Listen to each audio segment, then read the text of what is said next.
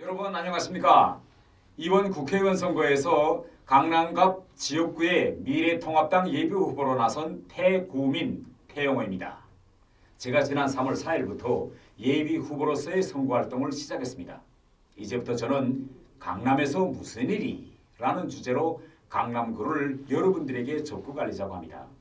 오늘 이 시간에는 제가 예비후보로서 첫 활동을 시작한 강남구 신사동에 있는 도산공원에 대하여 좀 이야기하려고 합니다. 도산 안창호 선생님은 국에서도 이제 대단히 오래 널리 알려져 있고, 저는 도산공원은 비록 크지는 않지만 역사적으로 아주 큰 의미를 안고 있는 공원이라고 생각합니다.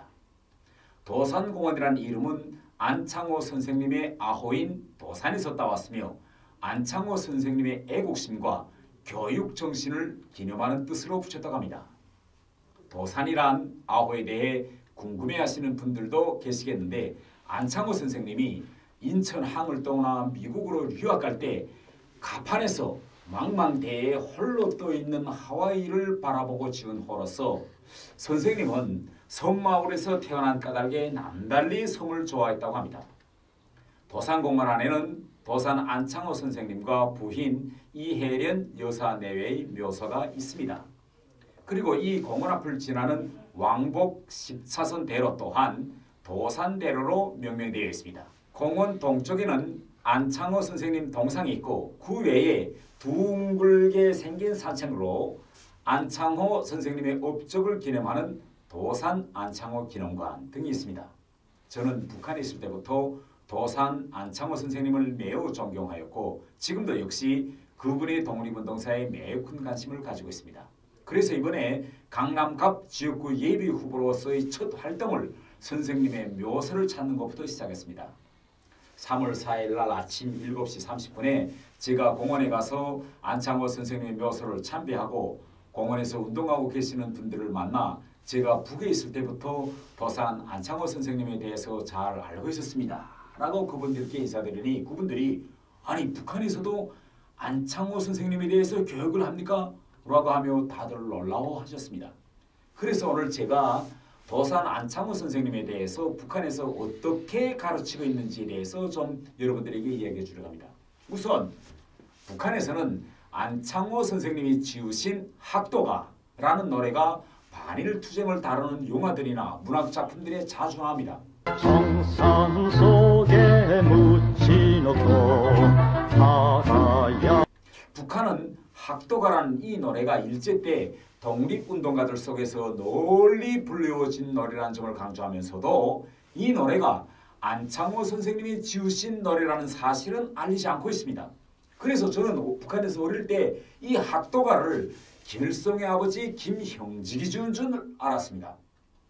다음으로 북한은 안창호 선생님이 유명한 독립운동가였다라는 점을 인정하면서도 안창호 선생님의 독립운동 사상은 현실을 반영하지 못했으며 김일성의 항일무장투쟁이 우리나라를 해방시켰다고 왜곡된 역사를 주민들에게 주입시키고 있습니다.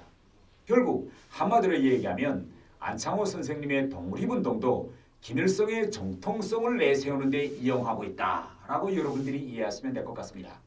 그러면 북한에서 안창호 선생님에 대해서 어떻게 가르치고 있는가요? 제가 한 가지 예를 드리겠습니다. 북한에서는 우리 민족의 반일투쟁 역사를 따로 가르치지 않습니다. 이 우리 민족의 반일투쟁 역사를 김일성의 혁명활동 역사에 포함시켜 가르치고 있습니다. 이 점을 여러분들이 잘 알아야 합니다. 그리고 김일성의 혁명 역사에 나오는 안창호 선생님은 이렇게 그려지고 있습니다. 김일성이 길림육문중학교에서 학생으로 있던 시절 안창호 선생님이 손정도 목사의 교회에서 조선민족의 장래라는 주제로 연설을 한 적이 있었다고 합니다. 당시 김일성도 강연장에 있었는데 강연을 듣고 있던 수많은 사람들이 안창호 선생님의 강연에 커다란 반향과 여러와 같은 박수갈채로 화답하였다고 합니다. 그런데 그때 안창호 선생님의 강연 내용 중에 우리 민족은 약소민족이고 가난하고 힘이 없기 때문에 힘이 센 나라들인 구미열강의 힘을 빌려 일제로부터 독립해야 한다는 내용이 있었다고 합니다. 그래서 김일성이 안창호 선생님에게 쪽지로 다음과 같은 질문을 하였다고 합니다. 저는 선생님을 존경합니다. 그리고 선생님이 직접 지으신 학도가 노래를 즐겨 부릅니다. 그런데 오늘 선생님께서 가지고 계시는 노선이 너무나 실망스럽습니다. 우리 민족은 5천년의 유구한 역사를 가진 슬기로운 민족입니다. 그리고 우리 민족이 힘이 없다고 하셨는데 쌀이나무 한 가지는 꺾기 쉽지만 여러 개의 묶음은 꺾기 힘듭니다. 우리 2천만이 하나로 뭉칠 때 우리가 이길 수 있지 않겠습니까? 이렇게 쪽지로 질문을 제기하니 안창호 선생님이 어떻게 답변할지 몰라 땀을 흘리셨고 황급히 강연장을 빠져나갔다. 당황하셨어요? 뭐 이렇게 이제 내용을 왜곡해서 이제 가르치고 있습니다. 그 후 안창호 선생님이 길림에서 활동하다가 만주국 경찰에 의해 체포되는 사건이 있었는데 이때도 김일성의 학생들을 골기시켜 구출투쟁을 벌여 석방시켰다 라고 하면서 마치 김일성을 안창호 선생님을 구원해 주신 구세주처럼 묘사합니다. 그리고 안창호 선생님의 민족 개조론 혹은 실력 배양으로는 일제의 총칼 속에서 전혀 실현 불가능한 이론이었다며 김일성의 무장투쟁론이 우리 민족을 일제로부터 해방시켰다고 북한 주민들을 세뇌시키고 있습니다. 그런데 저는 사실 도산 안창호 선생님이 말한 민족 개조론이란 일제에게 해방되어서 독립국가가 생겨날 것을 전제로 한 주장이었고 민족에 대한 책임감, 독립된 국가의 주인이라는 의식을 길러서 독립국민에 맞는 자격을 갖게 하겠다는 것이지 민족을 개조해서 나라를 독립시키겠다는 이론은 아니다 라고 저는 이렇게 판단합니다. 그리고 안창호 선생님이 길림에서 활동한 시점이 1927년경쯤인데 당시 김일성은 15살밖에 안 됐습니다.